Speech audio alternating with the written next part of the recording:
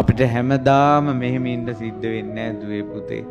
මේ හැම දෙයක්ම අපිට අතහැරලා යන්න සිද්ධ වෙනවා. අපිට මැරෙන්න සිද්ධ වෙනවා.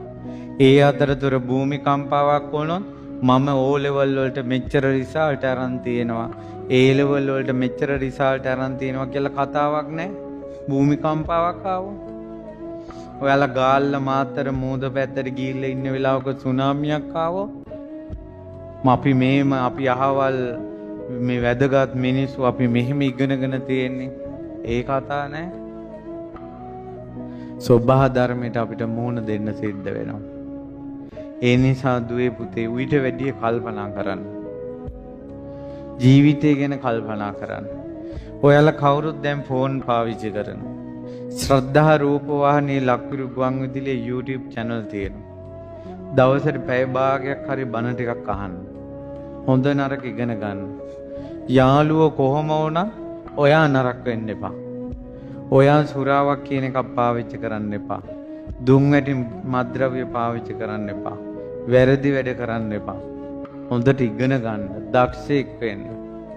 පුළුවන් නම් මහාන වෙන්න. මහාන වෙනවා කියන එක ලේසි නෑ.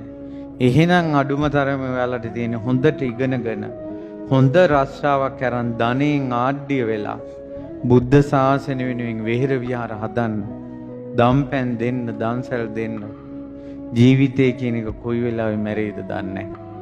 සිල් ගන්නවා කියන එක වයසට යනකල් ඉන්න එපා. දැන් මේ නඳුල පුතා ඊළඟට මේ ඉස්කෝලේ නැති වුණ ඉමාසා දුව, කවිසා දුව මෙයාලා සමහරලාට වයසට ගිහිල්ලා සිල් ගන්න හිතුවනම් ඊට කලින් එයාලා මැරිලා ගියා. එයාලා දන්සල් දෙන්න හිතුවේ වයසට ගිහිල්ලා නම් ඊට කලින් එයාලා මැරිලා ගියා.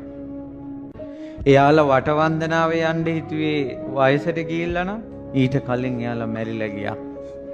ඒ නිසා බුදුන් වදින්න අටම ස්ථාන 12ම ස්ථාන වදින්න යන අවස්ථාවක් ලැබුණොත් ඒ වන්දනාවේ යන්න.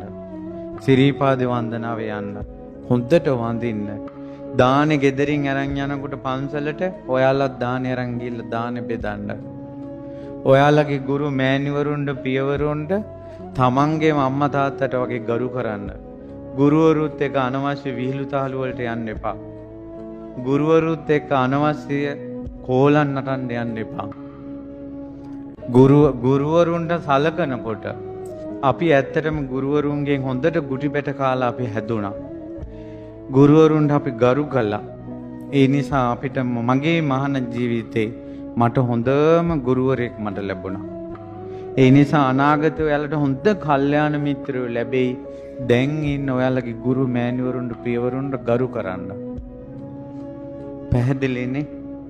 ඉතින් ඉගෙන ගන්න වෙලාව ඉගෙන ගන්න. එච්චරයි ඉතින් කියන්න තියෙන්නේ. දශක 10 මතක තියාගන්න. අපි කොච්චර hina වෙලා හිටියත් අපිට අවසානයේ ඇඳට වැටෙන්න වෙනවා. ඕකයි කියන්න සිද්ධ උනේ. මන්ද දශකය, කීඩා දශකය, වන්න දශකය, බල දශකය, පඤ්ඤා දශකය, හානි දශකය, ඊළඟට පබ්බහාර දශකය, ඊළඟට වංක දශකය, මෝමෝහ දශකය, සයන දශකය. ওই දශක 10 පොඩ්ඩක් කල්පනා කරන්න. ඉතින් ඒ නිසා මේ දූල පුතාලා හොඳ ආදර්ශයකට ගන්න